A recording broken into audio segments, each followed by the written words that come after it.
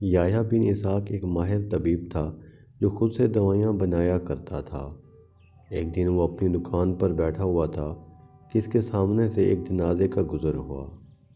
جب جنازے پر اس کی نظر پڑی تو اس کی زبان سے بآواز بلند یہ جملہ نکلا: اے میت کے گھر والوں، یہ آدمی تمہارا بقید حیات ہے، تمہارے لیے اسے دفن کرنا جائز نہیں۔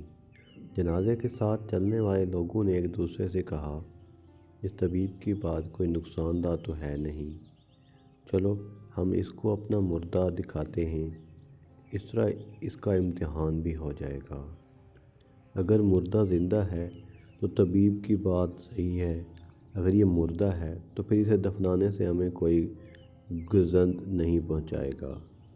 چنانچہ لوگوں نے طبیب کو بلایا اور اس سے پوچھا: تم نے یہ بات کہی ہے، اس کو ثابت کر سکتے ہو؟ طبیب نے ان سے مردہ گھر واپس لے چلنے کو کہا۔ گھر پہنچ کر میت کا کفن نکال کر اسے غسل خانے میں داخل کیا اور اس پر گرم پانی ڈالنے لگا۔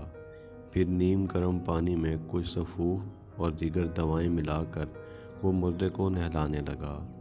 کچھ ہی دیر بعد مردے کے جسم میں تھوڑی سی حرکت ہوئی۔ طبیب خوشی سے چیخ اٹھا: مردے کی زندگی کی بشارت قبول کرو۔ پھر طبیب تسلسل سے مردے کا علاج کرنے لگا اور کچھ ہی دیر میں مردہ بالکل صحیح ہو گیا۔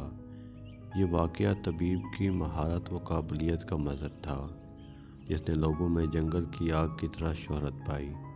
بعد میں جب طبیب سے پوچھا گیا کہ آخر کس بنیاد پر تم نے جنازہ دیکھ کر سمجھ لیا تھا کہ وہ مردہ نہیں بلکہ زندہ ہے، تو اس نے بتایا کہ میں نے دیکھا کہ مردے کے پاؤں کھڑے ہیں، حالانکہ مردے کے پاؤں سیدھے کھڑے نہیں ہوتے۔ اس سے میں نے اندازہ لگا لیا کہ یہ شخص مردہ نہیں ہے بلکہ اسے سکتا ہوا ہے، اور بعد میں میرا اندازہ صحیح نکلا۔